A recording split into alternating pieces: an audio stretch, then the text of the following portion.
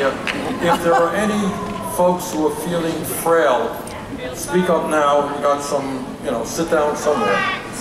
Okay, anybody in that condition, are we okay? Anybody? You're not feeling well? You okay? Do you need some more water? Okay. Okay. Well, you know what? Thank you. She just walked out and she's sure going to be okay. Thank you very much. Thank you very much for those who helped her and for all of your patience. Which takes me to the issue of health care.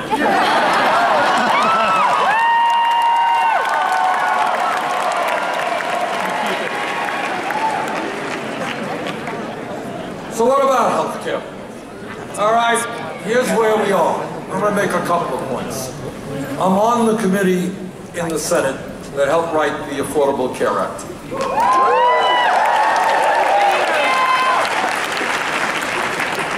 And the Affordable Care Act has done some very, very important things. It has provided health insurance for about 17 million Americans who otherwise would not have it.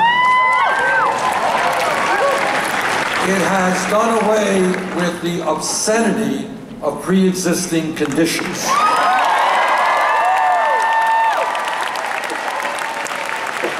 Which is one of the stupidest concepts ever invented by the insurance industry. And it has done some other good things. But, and here is the but. The but is that the United States remains the only major country on earth that doesn't guarantee health care to all people as a right. The only one. What that means is that 29 million Americans have zero health insurance, and what it also means is that many people here who do have health insurance are underinsured with high deductibles and copayments. Anybody here with a $5,000 deductible? What's your deductible? $6,500. Wow. $6,300. $6,000. How much? $12,000? $12,000. Our family deductible is $65. All right. Now what that means, and I this is what it means. In the first 4 months. 29 million people without any health insurance, and many people who do have health insurance have these very large deductibles. What that means in life, if you don't have a lot of money and you get sick and you have a high deductible, guess what? You're not going to the doctor. It was okay? only a $70,000 bill. Furthermore, you'll all be happy to know that we as Americans pay by far the highest prices in the world for prescription drugs. Yeah. What was that medicine that she got? We're going to get? You have elderly people in Vermont and in Alabama who are cutting their pills in half because they can't afford the medicine they need. You got 1 out of 5 people in this country who go to the doctor, get a prescription, they can't afford to fill that prescription. That is crazy. And what happens? They get sicker, they'll end up in the emergency room, they'll end up in the hospital. That's crazy stuff. Meanwhile, we end up paying far more per capita on health care than do the people of any other country. The United Kingdom provides health care to all their people. We spend almost 3 times per person more than they do in the UK. We spend 50% more than the French. I live an hour away from Canada. We spend far more than they do per person. And all of those countries provide comprehensive health care to all of their people.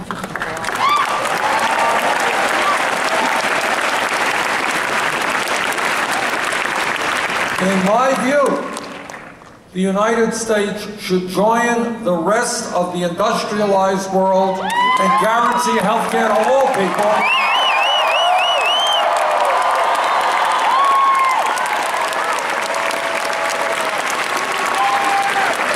Through a Medicare for all single-payer program.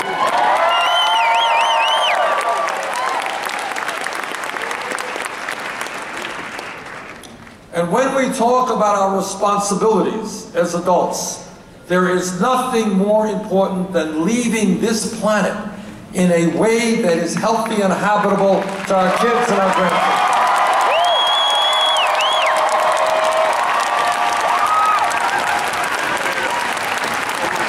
I serve on both the Energy Committee and the Environmental Committee in the Senate. I can tell you the debate is over. Climate change is real.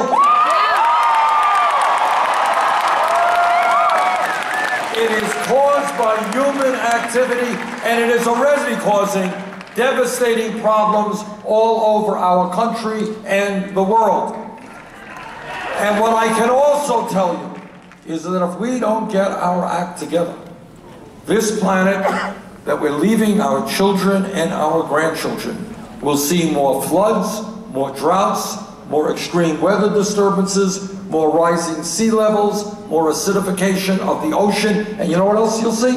You're going to see more and more war and conflict as people fight over limited natural resources.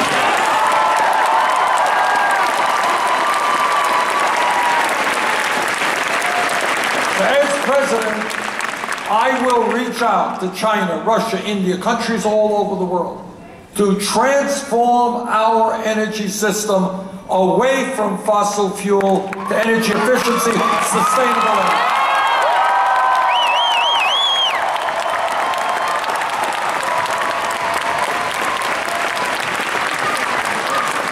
Now, you know, as perhaps the most progressive member in the Senate, I disagree with Republicans on many issues, but on this issue, there's something really weird going on.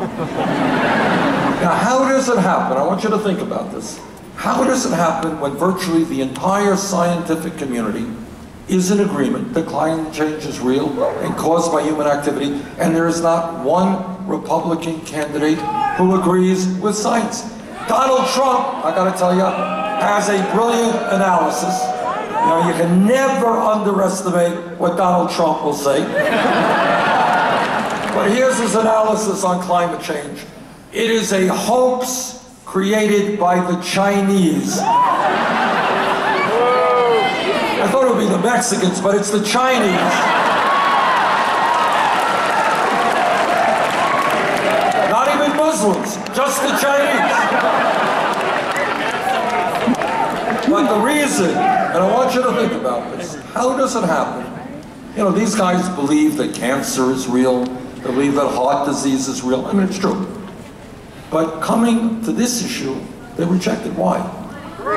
Right. And this gets back to what a corrupt campaign finance system is about. Because if today a Republican candidate for president stands up and says, you know, I talked to scientists, I've read the literature, climate change is real and we got to do something about it, on that day, that candidate would lose his funding from the Koch brothers, other billionaires, ExxonMobil, and the whole fossil fuel.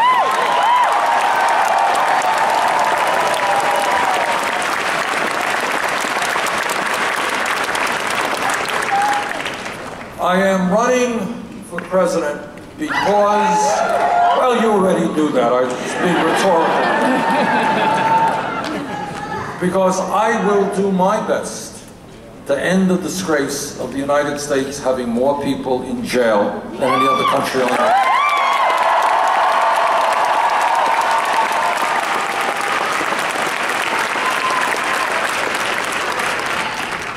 We need major reforms in a broken criminal justice system.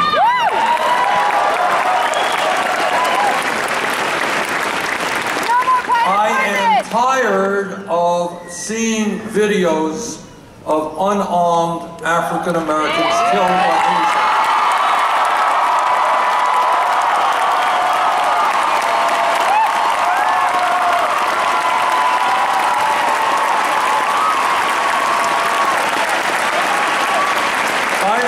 A mayor for 8 years and worked closely with the police officers in my department.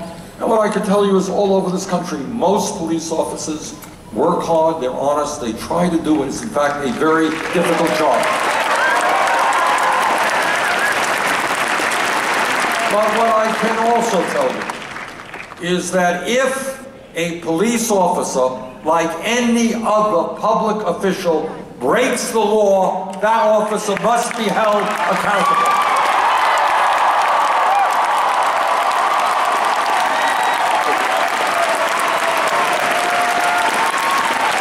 What I can also tell you is that we cannot continue to have local police departments looking like invading armies.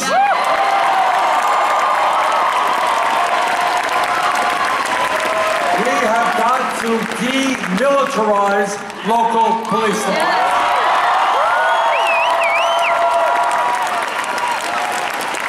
We have got to make police departments look like the communities they serve.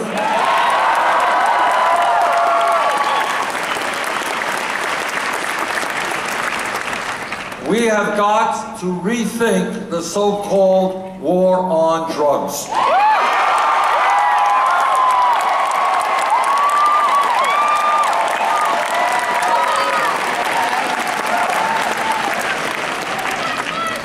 Now, when we talk about a broken criminal justice system, let me tell you a story.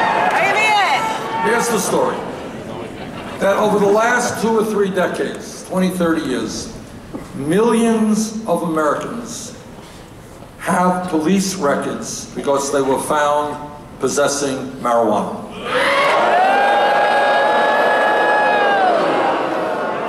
Now, I am not here, and I mean this seriously, advocating for or against marijuana. But what I will say is that right now, as part of the Federal Controlled Substance Act, marijuana is on a Schedule I drug alongside of heroin. Now, I know you're a smart audience and everybody here knows that a heroin is a killer drug doing terrible things. In my state, here too in Alabama, it's an awful drug. And it deals with the opiate addiction problem, etc.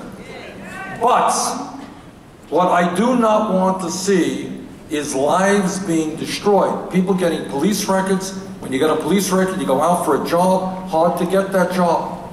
I do not want to see lives destroyed. So what we have done is introduce legislation that takes marijuana out of the Federal Controlled Substance Act.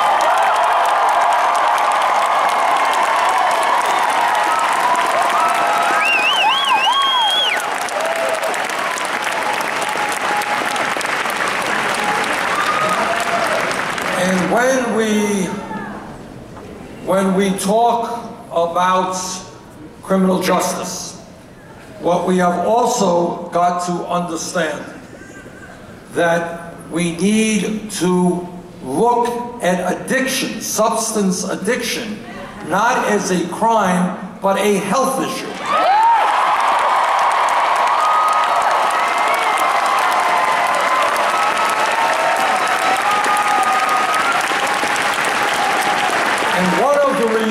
That I believe in a Medicare for All program that guarantees health care to all people is I want to see that if people are dealing with substance abuse issues, I want to make sure that they can get the treatment they need when they need it.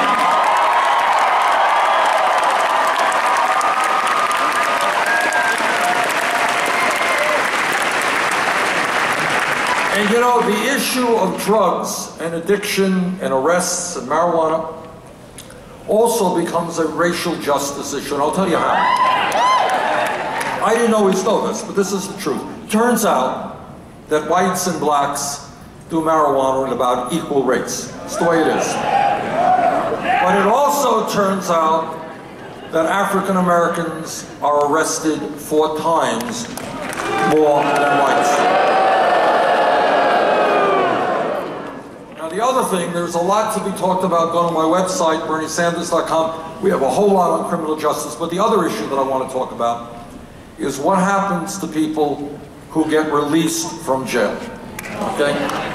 The truth is that the rate of recidivism in this country is much, much too high. Here's the story. I did a conference with Senator Turner, actually, a couple of months ago, and there were two guys up there who had served time. And one guy said, you know, I was told that on a certain day, I was told that tomorrow, the next day, I would be released from prison. And what they did is give me a check for $75 and wished me luck. He ended up back in prison, not too surprisingly.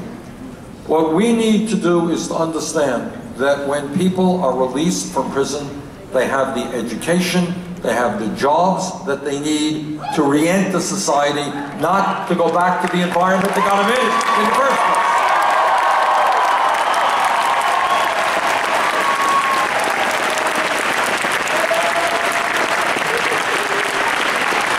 You have been a very patient audience, and we had the interruption, and I thank you so much. We love you, Murray! Thank you. Love you too.